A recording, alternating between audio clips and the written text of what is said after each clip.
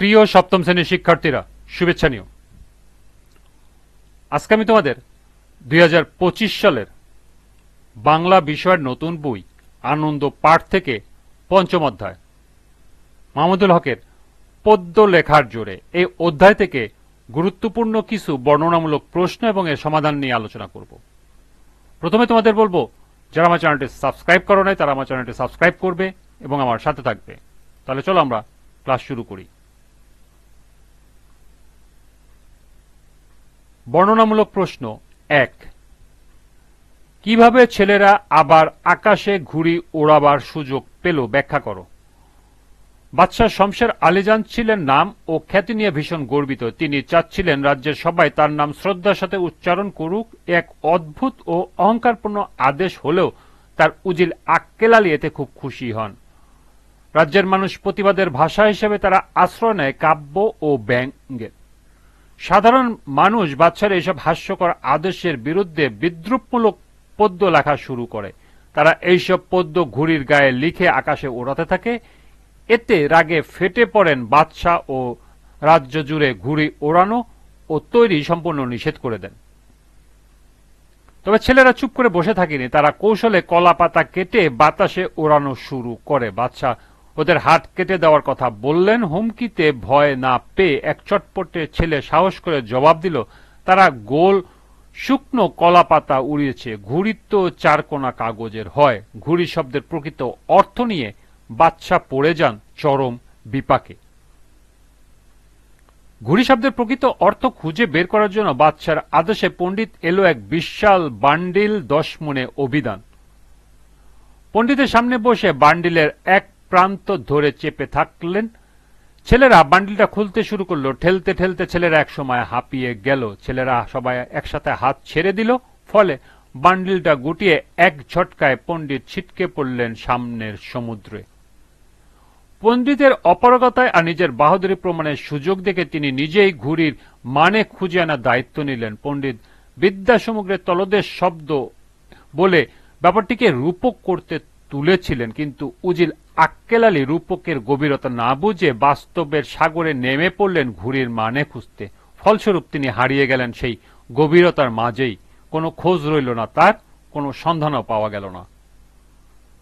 পণ্ডিত এবং উজিরের এই অদ্ভুত কাণ্ড কারখানা বাদশাকে চরম বিপাকে ফেলে। রাজ্যের নিয়ন্ত্রণ নেয় ব্যঙ্গ বিদ্রুপের মাঝে হারিয়ে যায়। ঠিক এই সুযোগে ছেলেরা আবার আকাশে ঘুড়ি ওড়াতে শুরু করে। তাদের হাস্যরসপূর্ণ পদ্য, যুক্তিসম্মত প্রশ্ন আর বুদ্ধিদীপ্ত প্রতিবাদের ফলে তারা আবার আকাশে ঘুড়ি ওড়াবার সুযোগ পেল। 2, উজির আক্কেল আলী সেই যে সমুদ্রের তলদেশে ঘুড়ি আনতে গেলেন আর ফিরলেন না, ব্যাখ্যা করো। বাদশাহ শমশের আলীজানের রাজ্যে তখন চলছে অদ্ভুত সব আইন কানুন আর অলৌকিক সব সিদ্ধান্ত। সবচেয়ে অদ্ভুত সিদ্ধান্ত ছিল ঘুড়ি ওড়ানো নিষিদ্ধ। কারণ ঘুড়ি এখন আর শুধু খেলার জিনিস নয়, এটা রাজবিরোধী ব্যঙ্গ বিদ্রুপের এক নূতন মাধ্যম হয়ে দাঁড়িয়েছে। বাদশাহ তার নামে ব্যঙ্গ সহ্য করতে পারলেন না। ঘুড়ির অস্তিত্ব মুছে দিতে চাইলেন, কিন্তু ঘুড়ির মানে কি সেই প্রশ্নে পড়ে গেলেন মহাবিপকে। দায় পড়ল দরবারি পণ্ডিতের উপর। তিনি বিশাল এক অভিধান নিয়ে আসেন, যেটিকে তিনি বিদ্যার সমুদ্রের সঙ্গে তুলনা করেছেন। ছেলেরা সহযোগিতায় হাত বাড়িয়ে দেয়। বান্ডিল খুলতে গিয়ে পণ্ডিত এক ঝটকায় বান্ডিলের চাপ পেয়ে ছিটকে পড়লেন দরবার সংলগ্ন সমুদ্রে। ছেলেরা পণ্ডিতের সমুদ্রে পড়ার কথা জানালে বাদশাহ প্রিয় উজিল আক্কেল আলীকে পাঠান।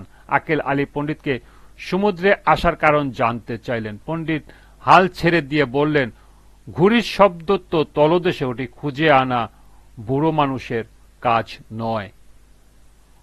পণ্ডিতের অপারগতা আর নিজের বাহাদুরি প্রমাণের সুযোগ একসাথে দেখে তিনি নিজেই ঘুড়ির শব্দ আনার দায়িত্ব নিলেন। উজির বললেন, সমুদ্রের তলদেশ থেকে হলেও আনবো। একথার পেছনের অর্থ ছিল এক অলৌকিক মূর্খতা আর উচ্চাকাঙ্ক্ষার মিশেল। পণ্ডিত যেভাবে বিদ্যা সমুদ্র তলদেশ শব্দ এসব বলে ব্যাপারটিকে রূপক করে তুলেছিলেন, উজির সেটার অর্থ বুঝতে না পেরে সরাসরি নিলেন। তিনি ভাবলেন, অভিধান যদি সমুদ্র আর শব্দ যদি তলদেশ হয়, তাহলে নৌকায় চেপে মাঝ সমুদ্রে ডুব দিলেই পাওয়া যাবে ঘুড়ির অর্থ। আক্ষরিকভাবে রূপক বোঝা যায় না। বিদ্যার গভীরতা মানে সাগরের জল নয়, শব্দের তলদেশ মানে পানির তলা নয়, আর অভিধান মানে মাছ সাগরের কোনো গুপ্ত ধন নয়। কিন্তু উজির আক্কেল আলী রূপকের গভীরতা না বুঝে বাস্তবের সাগরে নেমে পড়লেন ঘুড়ির মানে খুঁজতে। ফলস্বরূপ তিনি হারিয়ে গেলেন সেই গভীরতার মধ্যে। কোনো খোঁজ রইল না তার, কোনো সন্ধানও পাওয়া গেল না। পরিশেষে বলা যায়, উজির আক্কেল আলী সমুদ্রে হারিয়ে যাওয়া একদিকে যেমন হাস্যরস তৈরি করে, অন্যদিকে এটি আমাদের শেখায় কোনো বিষয় না জেনে ঝুঁকি নেওয়া বিপজ্জনক। বিদ্যার গভীরতা বোঝার জন্য সত্যিকারের জ্ঞান দরকার। বাহাদুরি দেখাতে গিয়ে সে জ্ঞানহীনতাকে তাকে ডুবিয়ে দিল। ৩ নম্বর প্রশ্ন, পণ্ডিত কিভাবে সমুদ্রে পড়ে গেলেন ব্যাখ্যা করো। রাজ্য জুড়ে ঘুড়ি ওড়ানো নিষিদ্ধ হয়ে গেছে বাদশাহ শমশের আলীজানের আদেশে, কারণ ঘুড়ি হয়ে উঠেছিল রাজবিরোধী বিদ্রুপ ও ব্যঙ্গের এক আশ্চর্য মাধ্যম। বাদশাহের রাগ ছিল তুঙ্গে। যাকে সামনে পাচ্ছেন তাকে সন্দেহ করছেন, জেরা করছেন, হুমকি দিচ্ছেন। ঠিক তখনই ধরা পড়ল কয়েকজন কিশোর। বাদশাহ হাঁক ছেড়ে ওদের হাত কেটে দেওয়ার কথা বললেন। হুমকিতে ভয় না পেয়ে একজন চটপটে ছেলে সাহস করে জবাব দিল, তারা গোল শুকনো কলাপাতা উড়িয়েছে, ঘুড়ি তো 4 কোনা কাগজের তৈরি হয়।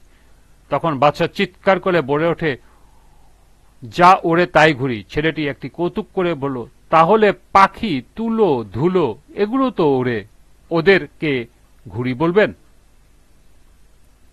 ব্যাপারটা গন্ডগোল লাগায় পণ্ডিতকে ডাকলেন। বাদশাহ তার কাছে জানতে চাইলেন ঘুড়ি আসলে কি। পণ্ডিত গভীর মুখে বললেন, যাহা ঘুর ঘুর করে ওড়ে তাহাই ঘুড়ি। একথা শুনে চটপট ছেলেরা চুপ থাকল না, প্রতিবাদ করে বলল, ঘুর ঘুর করে কিছু ওড়ে নাকি? ওড়ে তো পথ পথ করে, আর ঘোরে তো ফুরফুর করে। পণ্ডিত রেগে উঠলেন। বাদশাহ অভিধান ঘেটে ঘুড়ির অর্থ দেখতে বললেন। পণ্ডিত গিয়ে নিয়ে এলেন এক বিশাল বান্ডিল 10 মণে অভিধান। ছেলেরা তখন উদার চিত্রে সাহায্যের প্রস্তাব দিল। সামনে বসে বান্ডিলের এক প্রান্ত চেপে বসে থাকলেন। ছেলেরা পেছন থেকে গড়াতে গড়াতে বান্ডিলটি খুলতে শুরু করল। বান্ডিলটি বিশাল, ভারী আর জড়ানো অবস্থায় ছিল। ঠেলতে ঠেলতে ছেলেরা একসময় ক্লান্ত হয়ে পড়ল, হাঁপিয়ে গেল। আর ঠিক সেই মুহূর্তে ঘটে গেল মহা বিপর্যয়। ছেলেরা সবাই একসাথে হাত ছেড়ে দিল। ওদিকে পণ্ডিত সামনের দিকে শক্ত করে ধরেছিলেন, ফলে চক্রাকারে গড়াতে করে বিশাল বান্ডিলটি সজোরে আবার গুটিয়ে গেল। পুরো বান্ডিলটা এক ঝটকায় ছুটে গেল সামনের দিকে। আর পণ্ডিত, যিনি সামনে বসেছিলেন, সোজা সেই গতি সহ্য করতে না পেরে ছিটকে পড়লেন সামনের সমুদ্রে। পরিশেষে বলা যায়, পণ্ডিত সমুদ্রে পড়ে গেলেন এক মজার অথচ ব্যঙ্গাত্মক ঘটনার শিকার হয়ে। বিশাল 10 মণে অভিধান আর চটপটে ছেলেদের বুদ্ধিমত্তা মিলে এই বিপর্যয় ঘটায়।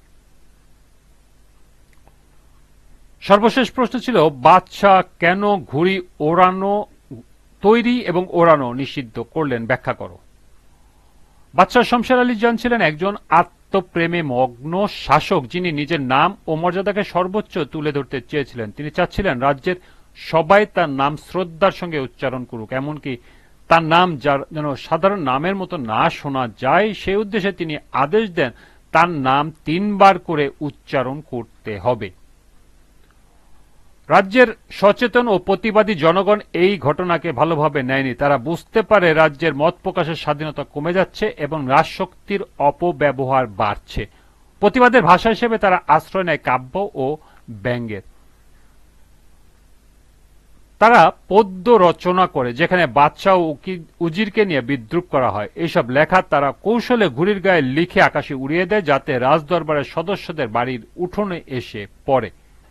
একদিন নাজির দরবারে এসে জানালেন তার বাড়িতে একটি ঘুড়ি এসে পড়েছে, যাতে বাদশাহের নামে অশ্লীল এবং কুরুচিপূর্ণ ভাষায় ব্যঙ্গ করা হয়েছে। এরপর একে একে আরো সভাসদরা একই রকম ঘটনার কথা বলেন। উজির নিজেও একটি বড় রঙিন ঘুড়ি গাছের ডালে ঝুলতে দেখেন, যাতে তার মুখ বিকৃতভাবে আঁকা এবং তার নামে কটূক্তি করা হয়েছে। এসব ঘুড়ির লেখক কে, কারা এগুলো করেছে তা বোঝার কোনো উপায় নেই। ফলে বাদশাহ নিজেকে নিরাপত্তাহীন মনে করতে থাকেন। এসব দেখে বাদশাহ ক্রমে ক্ষুব্ধ হয়ে ওঠেন। তিনি বুঝতে পারেন ঘুড়ি যেন এক নতুন প্রতিবাদের মাধ্যম পরিণত হয়েছে। বাদশাহ মনে করলেন ঘুড়ির মাধ্যমে তার বিরুদ্ধে বিদ্রুপ ছড়াচ্ছে, তাই তিনি রাজ্য জুড়ে কড়া নির্দেশ জারি করলেন। এখন থেকে কেউ ঘুড়ি তৈরি করতে পারবে না কিংবা ওড়াতে পারবে না। এভাবে তিনি ঘুড়িকে এক প্রকার বিপজ্জনক এবং বিদ্রোহাত্মক বস্তু হিসেবে চিহ্নিত করলেন এবং সেটিকে নিষিদ্ধ করলেন। এই আদেশ আসলে ছিল এক দমনমূলক পদক্ষেপ, যার মাধ্যমে মত প্রকাশের স্বাধীনতাকে হেয় করা হয়েছে। এটি ছিল ক্ষমতালোভী শাসকের এক প্রতিক্রিয়াশীল পদক্ষেপ, যেখানে তিনি নিজের সম্মান রক্ষায় জনগণের স্বাধীন মত প্রকাশকে বলি দেন।